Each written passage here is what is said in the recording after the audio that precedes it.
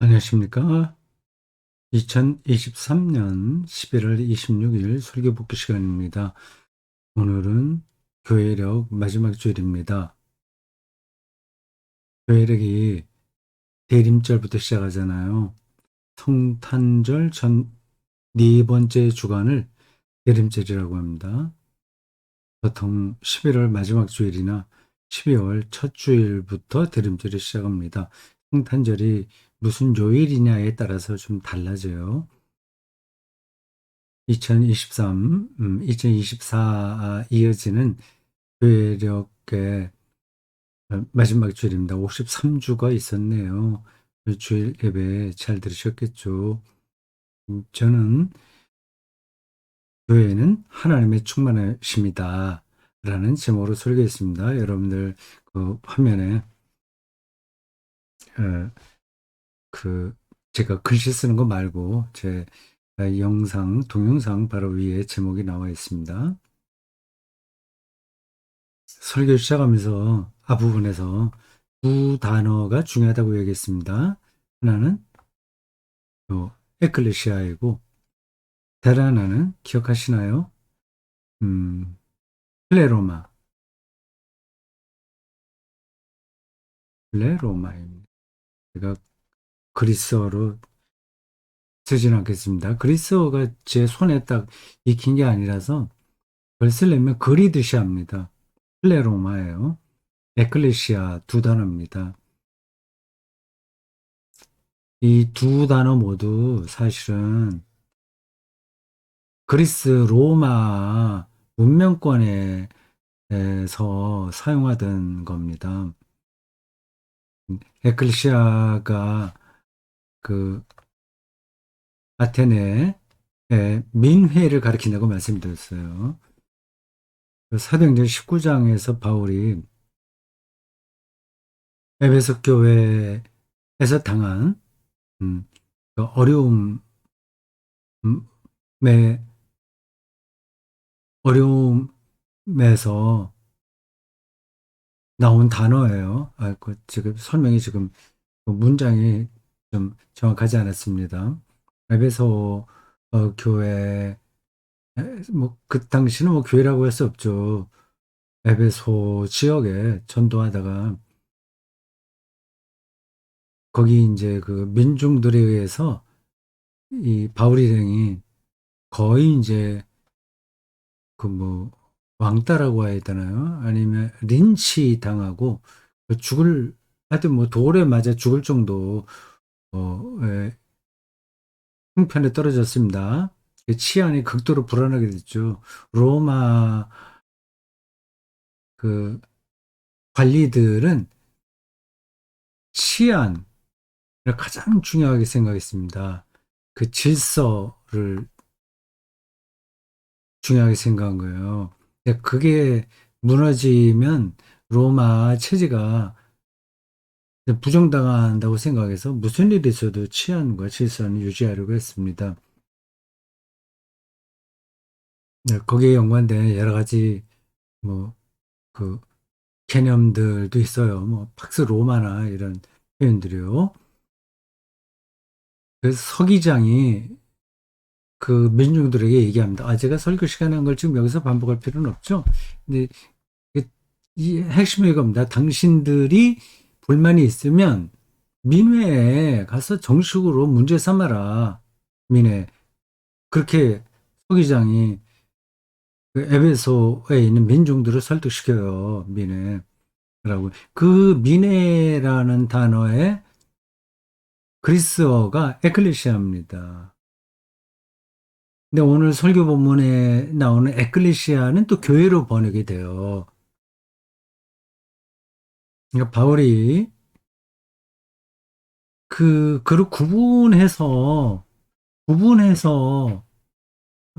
그 쓴 건지 아닌지는 제가 잘 모르겠습니다. 근데 신약 성서 전문가들에게 물어보면 좋겠어요. 같은 에클레시아인데, 음? 같은 에클레시아를 단어를 썼는데,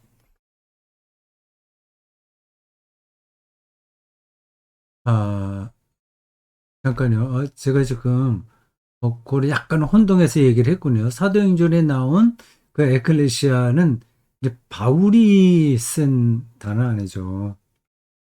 근데 훗날 바울의 제자가 사도행전을 기록하면서 그 에클레시아라고 그 표현했는데 그 에클레시아가 그리스 로마의 정치 용어입니다. 그걸 바울이 에베소를 기록하면서 쓴 거예요. 물론 그 에베소서가 바울의 작품이 아니다는 그 말도 있습니다. 그 내용이 바울 신학하고 약간 좀 차이가 있기도 하고 뭐 두루두루 뭐 몇 가지 전문적인 그런 그, 그, 그 분석이 있어요. 가장 일반적인 의견이 이런 겁니다. 바울에게 영향을 받은 제자가 쓴 편지인 겁니다. 근데 이제 우리가 그 바울의 이름으로 그래 쓴 거죠. 그러니까 아주 전문적으로 들어가면 이제 바울의 편지가 아니라고 할 수 있지만 우리가 일반적으로 그냥 바울이라고 생각하면 됩니다. 뭐 그게 크게 문제가 되지는 않아요. 그 이렇게 에클레시아가 정치적인 용어인데 그거를 과감하게 받아들였다는 거 아닙니까? 그 바울이 그 민회 민회 민회요. 이렇게 에클레시아예요. 그것의 성격을 충분히 알았을 텐데 뭐 당연하죠. 근데 그거를 저기 그리스도인 모임에다 적용시켰다고 하는 게 이상하잖아요. 이상하잖아요. 음, 뭐라고 그래야 될까요? 네, 뭐 그만 얘기하겠습니다. 하여튼 이 1세기 때 교회 지도자들이 자기들 모임의 성격을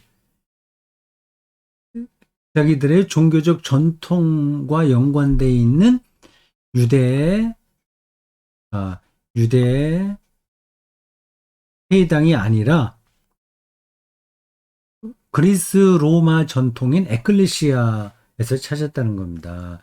이게 아직까지 제가 정확한 답을 얻지는 못한 거예요. 뭐 바울만 이제 저 단어를 받아들인 건 아니겠죠. 차차 이제 그게 그리스도교 안에 자리를 잡게 된 건데 그 에클레시아와 연관된 에, 초기 그리스도교의 여러 상황들을 제가 좀 소상하게 말씀드릴 준비는 못했습니다.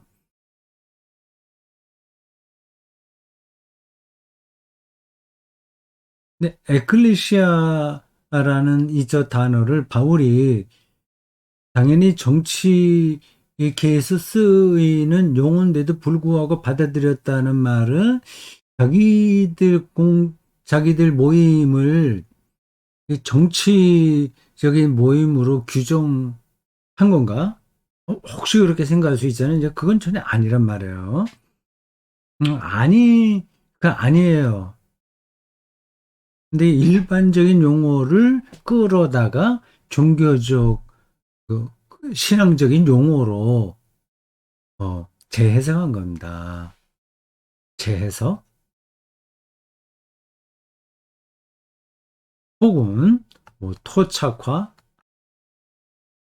할 수 있습니다. 에클리시아를 과감하게 받아들였다니, 뭐, 이건 제가 너무 이제 반복해서 말씀드리는 것 같은데, 중요해서 얘기하는 겁니다.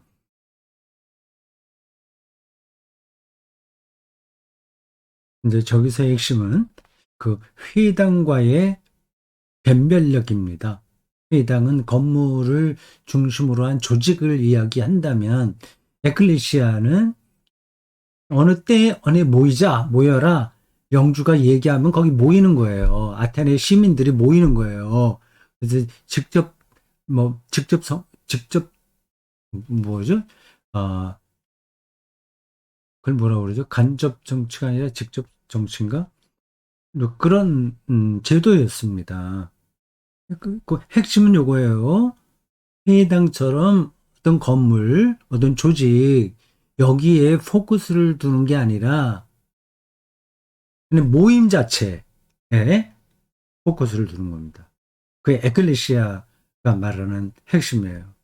설교 시간에 얘기했습니다만은 그래서 루터가 그 에클레시아라고 하는 저 단어를 그 게마인데로 번역했습니다.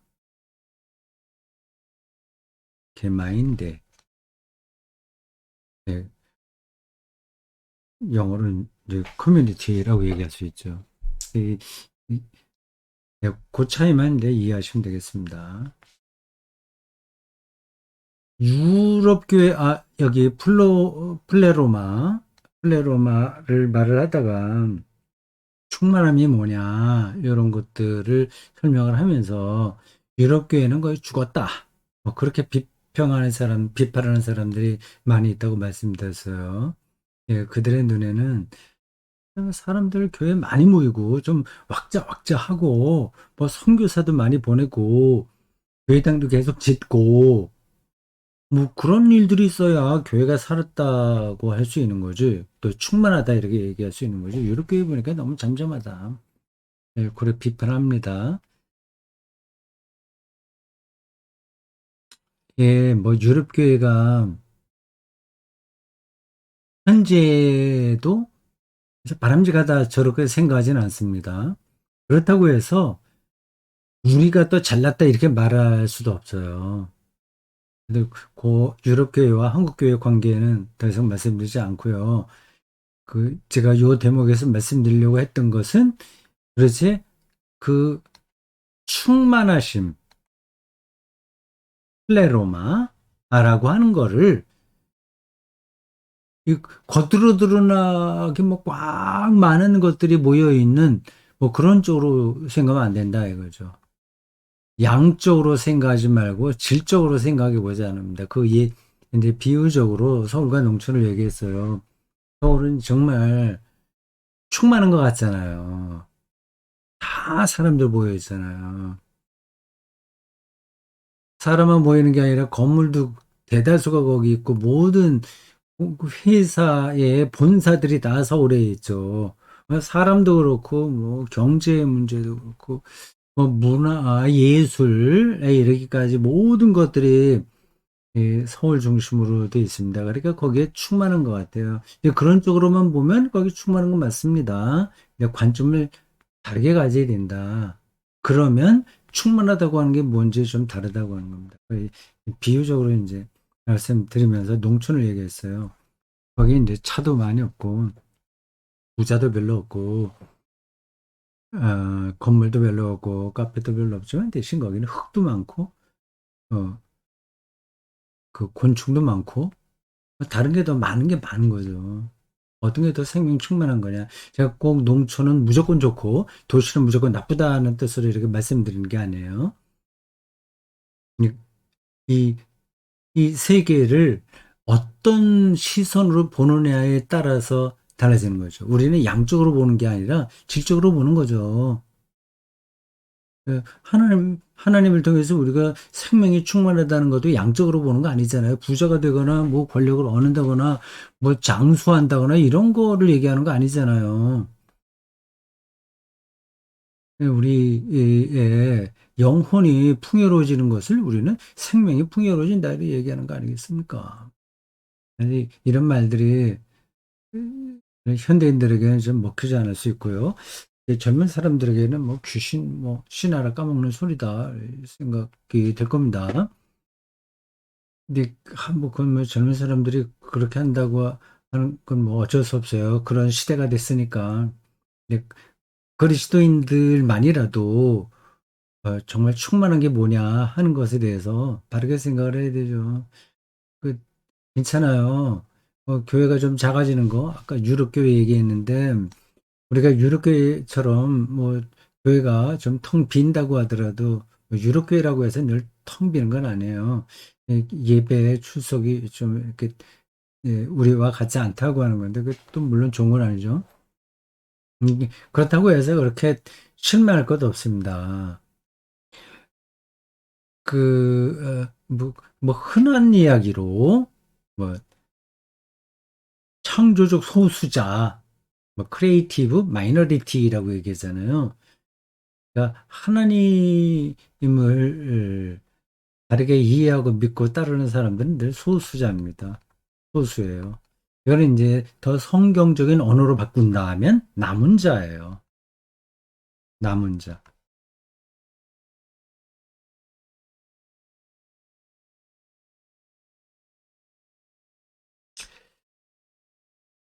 그 사과 이야기를 잠깐 했습니다.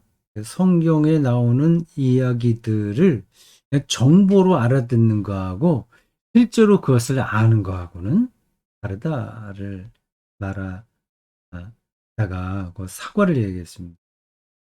사과에 대한 그 설명은 우리가 사전을 통해서 우리가 들을 수 있어요. 그 아무리 그러한 사과에 대한 정보를 많이 들어도 그게 사과에 대한 직접적인 경험은 아니거든요. 일단 먹어봐야 됩니다. 그 달콤하고 시큼한 맛을 어떻게 말로 설명할 수 있겠어요? 여기서 이제 분리 문자라는 말이 해당합니다. 분립, 세울 수 없다. 문자로서는 세울 수 없다. 말로는 세울 수 없다. 근본은 말로 세울 수 없다고 하는 겁니다. 달콤하면서도 새콤한 그 사과의 맛은 직접 먹어봐야 되는 거예요. 이것도 메타포예요. 어떻게 하나님의 통치, 하나님의 충만하심을 먹어보냐. 그러니까 먹어보는 것과 같은 차원에서 그것을 알아들여야 된다는 얘기죠.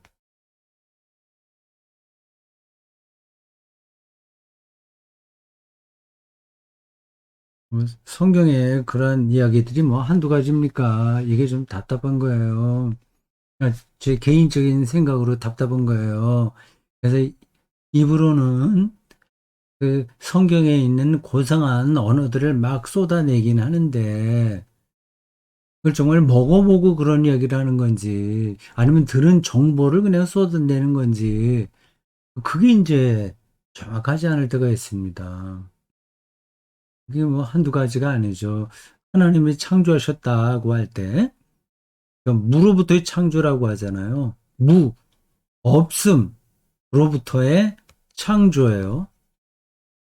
제가 자주 이야기하는 그 문자입니다. 크리아치오 엑스닐로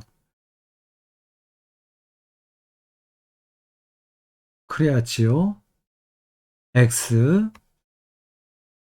네, 니힐로라고 그러죠. 무 엑스로부터의 창조. 예.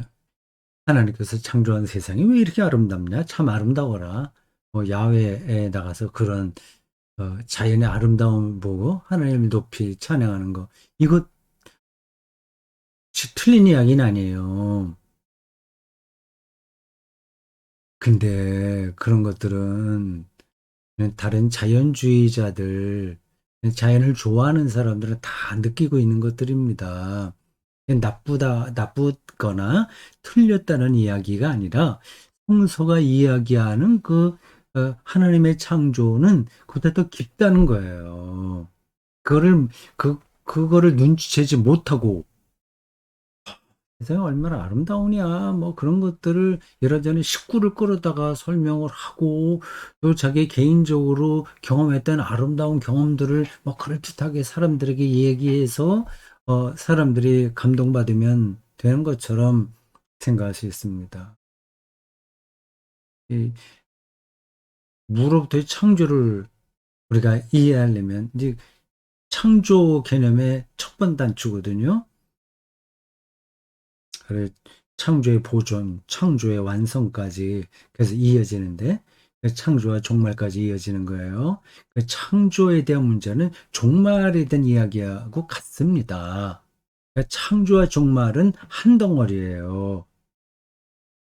그 연관성을 잘 이해해야만 성경이 이야기하는 창조가 뭐냐를 아는 겁니다. 그냥 세상 참 아름다워. 이 하늘과 땅과 그 낙엽과 뭐 이런 것들을 봐. 정말 이건 뭐 사람이 어떻게 흉내 낼 수도 없어. 그런 정도에 머물러 있는 거는 이제 정보로 아는 겁니다. 무 무로부터의 창조가 뭐냐를 이해하려면 일단 무를 알아야 됩니다. 무를 이해해야 돼요. 무는 그 철학에서 아주 중요한 개념입니다. 많은 철학자들이 이 무를 다루고 있어요. 없음. 왜 있는 건 있고 없는 건 없냐. 그 문제를 붙들고 있습니다. 제가 더 그 문제를 설명하지는 않겠어요. 생각해 보세요. 내가 왜 있냐? 내가 없을 수도 있잖아요. 내가 없는 세계도 있잖아요. 없음을 일단 충격적으로 느껴야 됩니다. 없음, 어두움. 그런 것들이 우리의 영혼 안에서 이렇게 충분하게 녹아들어야 창조가 뭐냐, 왜 이걸 빛이라고 얘기하냐, 뭐 그런 것들을 이해할 수 있는 겁니다. 뭐 제자리 진도 안 나가고 제가 여기 뭐 머물러 있는 것 같아서 미안한데요. 그 성경 안에 있는 내용을 그냥 듣는 거하고 들은 풍월이죠. 그리고 직접 그거를 아는 거하고는 다르다는 거를 이제 강조하려다 보니까 이렇게 됐습니다. 창조 문제도 그렇고요. 부활 문제도 그렇고, 우리가 의롭다고 인정받는다는 사실 그렇고, 그리스도교가 이야기하는 모든 가르침들은 음, 그냥 약장수가 아, 요거 먹으면 뭐 만병통치 비슷하게 하는 차원이 아닙니다. 그래서 기독교 교리라고 하죠. 그 세계로 들어가기가 힘든 거예요. 그 문을 열고 들어가야 되는데 그게 힘든 겁니다. 그-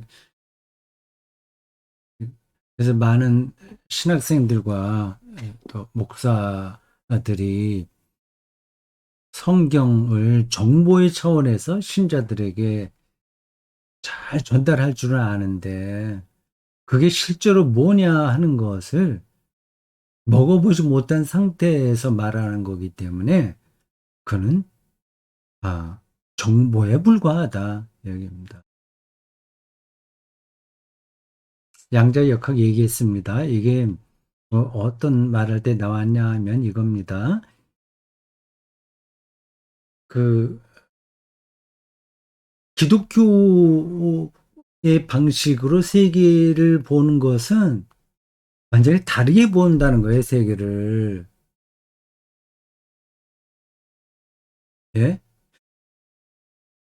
어떻게 세계가 있는 그대로인데 그걸 뭐 어떻게 다르게 봐? 그럼 다르게 보면 삐뚤어 보는 거고 잘못된 거 아니야? 그거 광실자가 되는 거 아니야? 이렇게 생각할 수 있습니다. 그, 그, 그 한계를 빨리 벗어나야 됩니다. 우리가 이 세계에서 말하고 있는 뭐 다른 학문을 비롯하여 뭐 예술, 문학 많은 그곳에서 그쪽에서 얘기하는 세계가 바로 세계 자체는 아닌 거예요. 하나의 관점으로 그들이 이렇게 보는 겁니다. 근데 그리스도교는 그리스도의 관점으로 세계를 보고 있어요. 좀 이상하죠? 똑같은 세상인데 어떻게 그 관점이 다르냐? 이렇게 생각할 수 있습니다. 그만큼 세계는 깊기 때문에 그래요. 뭐, 깊지 않다고 하더라도 그냥 일상적인 것만 보더라도 다르다고 하는 건 분명히 표시가 나죠. 조폭들이 보는 세상하고 뭐 수도원에 있는 수도승들이 보는 세계가 일단 겉으로 드러나는 건 뭐 비슷할지 모르지만 실제로는 다른 거거든요.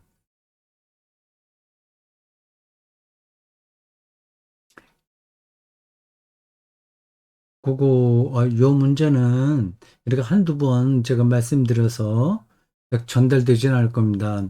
한두 번이 아니라 제가 여태까지 계속 그런 이야기를 하긴 했지만 와닿지 않을 수 있어요. 이런 쪽으로 생각해 보십시오. 오늘 에베소서를 본문으로 설계한 건데 이제 바울이 에베소 교회에 한 이야기라고 했잖아요. 뭐 그게 더 전문적으로 들어가면은 그의 제자가 했다고 할 수 있는데 어쨌든 성서 기자인 우리가 일반적으로 알고 있는 바울을 얘기합시다. 그가 그 율법 종교에서 나름으로 전문가잖아요. 그 누구에게도 조금이라도 뒤처지지 않은 전문가였습니다. 근데 예수 그리스도를 만난 뒤에 완전히 방향을 바꾸잖아요. 설교 시간에도 나온 이야기 같은데 이전에 알던 것들은 다 내가 배설물처럼 여기노라고 하잖아요. 그게 세계를 다르게 보는 거예요. 그러니까 절대적인 가치라고 생각했던 율법 패러다임에서 빠져나와서 하나님의 뜻을 다른 관점으로 보는 겁니다. 복음으로 오는 거죠. 복음으로. 율법은 어떤 걸 지켜서 하나님의 점수를 하나님에게 인정을 받는다면 복음은 믿음으로 값없이 하나님에게 의롭다고 인정받는 겁니다. 이게 말장난 같지만 완전히 하나님과 세계를 다르게 보는 거예요. 그래서 그걸 말하기 위해서 기독교는 일종의 양자역학이다 이렇게 얘기를 한 겁니다. 현대인들은 그러한 기독교의 관점을 좀 낮춰볼 수 있어요.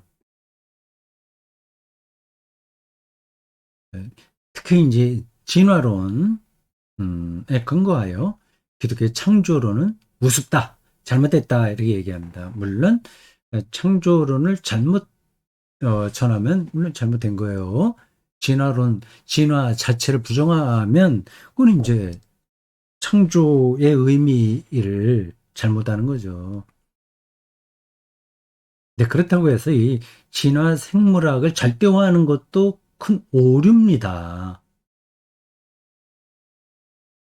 하나님의 형상으로 지음받았다고 하는 이 성서의 진술이 진화 생물학보다 더 상위의 진리다. 제가 설교 시간에 그렇게 얘기를 했습니다. 그 진화 생물학이 근본으로 잘못됐다는 게 아니라, 이게 아니라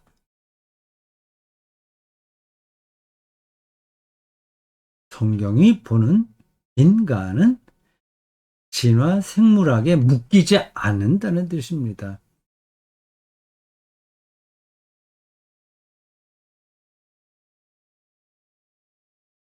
그 대목은 좀 더 잘 생각해 보십시오. 제가 다른 설교에서도 어, 유전자, 유전자 결정론에 대해서 좀 비판적으로 설명을 제공했어요. 유전자, 진화 생물학에 나온 거죠. 유전자가 다 우리를 이렇게 지배한다. 그걸로 진화되어 갖고 그것에 영향을 받는다. 라고 했어요. 근데 이미 저런 유전자 결정론은 생물학에서도 그렇게 별로 어, 지지를 받지 못하는 게 됐습니다. 유전자가 우리를 결정하는 게 아니라 그런 메커니즘은 분명히 있어요. 유전자가 일으키는 어떤 작용들이 있습니다. 그러나 인간은 거기에 절대적으로 지배하는 게 아니라 오히려 우리 기독교적인 용어로 해서 인간의 영혼이 오히려 유전자에게 영향을 줌으로써 유전자가 그렇게 돌아가게끔 한다. 그렇게 말할 수 있는 겁니다. 이런 전문적인 부분들은 이렇게 한두 마디로 끊어서 어, 설명이 가능하지 않은데 기본 발상은 그런 거예요. 예, 진화 생물학이 틀린 건 아니에요. 인간과 세계의 생명 현상을 설명하는데 아주 중요한 관점입니다. 그러나 그것만으로 인간과 생명체의 모든 그 현상을 어, 결정할 수가 없습니다.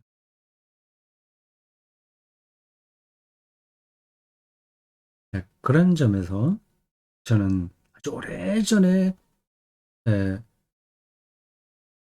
나왔던 구약 성서의 하나님의 형상 이 진술이 놀랍다. 그렇게 생각합니다. 제가 성경을 읽을 때 그리고 그것을 신자들에게 설명할 때 개인적으로 늘 놀라는 경험을 합니다. 그 2000년 내지 2500년 혹은 3000년까지 거슬러 올라가는 그 고대 시절에 나온 관점들인데 성경 관점이잖아요. 해석이잖아요. 근데 예, 오늘 현대가 보는 그런 관점에 못지않다. 못지않은 정도가 아니라 더 근원적이다. 근원적이다. 이런 생각이 듭니다. 지금 설교 시간엔 제법 많이 이야기한 그 죄의 문제만도 그래요. 이게 죄가 어떤 사람의 잘못을 공격하려고 나온 게 아닙니다. 성서는 누구를 공격하려고 하지 않아요. 너희 죄책감에 딱지 들어갖고 자기 인생을 그 비관하고 뭐 그렇게 그게 염세적으로 살려고 하지 않습니다. 오히려 구원을 얘기하는 거예요. 죄, 죄, 너는 죄에 묶여서 이걸 얘기하려고 하는 게 아니라, 어, 죄로부터의 자유를 얘기하는 거죠. 죄가 인간 삶을 파괴하기 때문에 그걸 얘기하는 것 뿐이에요.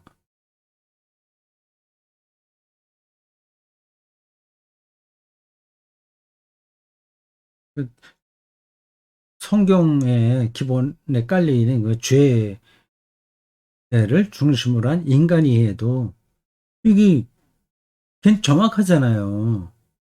인간이 교만하잖아요. 아무리 계몽되고 교양이 있고 지식이 높아도 그 사람 교만하잖아요.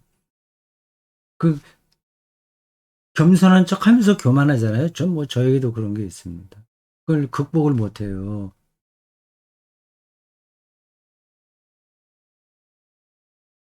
자, 하여튼 이러한 기독교 교리와 그 안에 담고 있는 내용들을 소상하게 알고 있어야 우리는 성서를 해석해서 전할 수 있습니다. 그래야 설교자로서의 최소한의 준비가 되는 겁니다.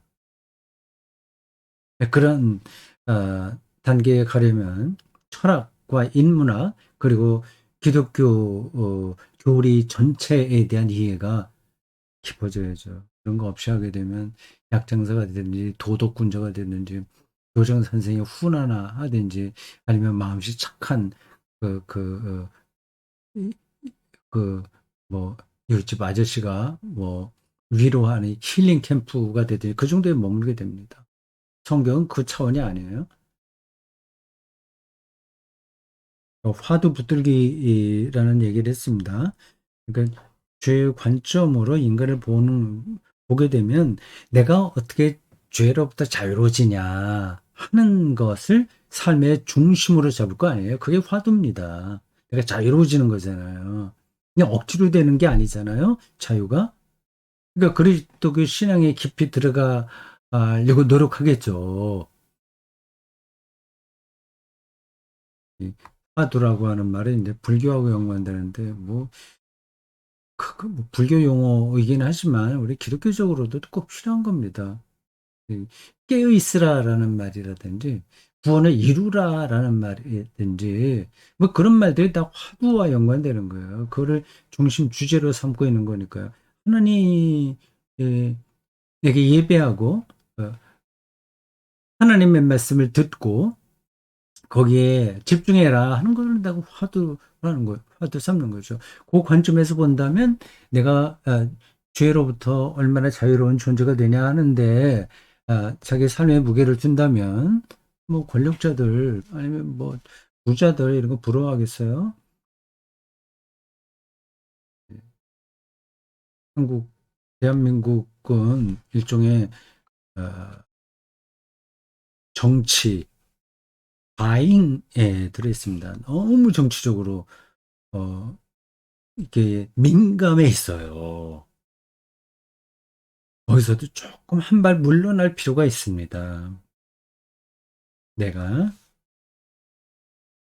어떻게 우리의 생명을 파괴하는 죄의 힘으로부터 자유를 진행하는 겁니다. 자, 이 전반적인 것을 통해서 교회는 하나님의 충만하십니다. 그 얘기를 하려고 했던 겁니다. 잘 전달되는지 모르겠어요.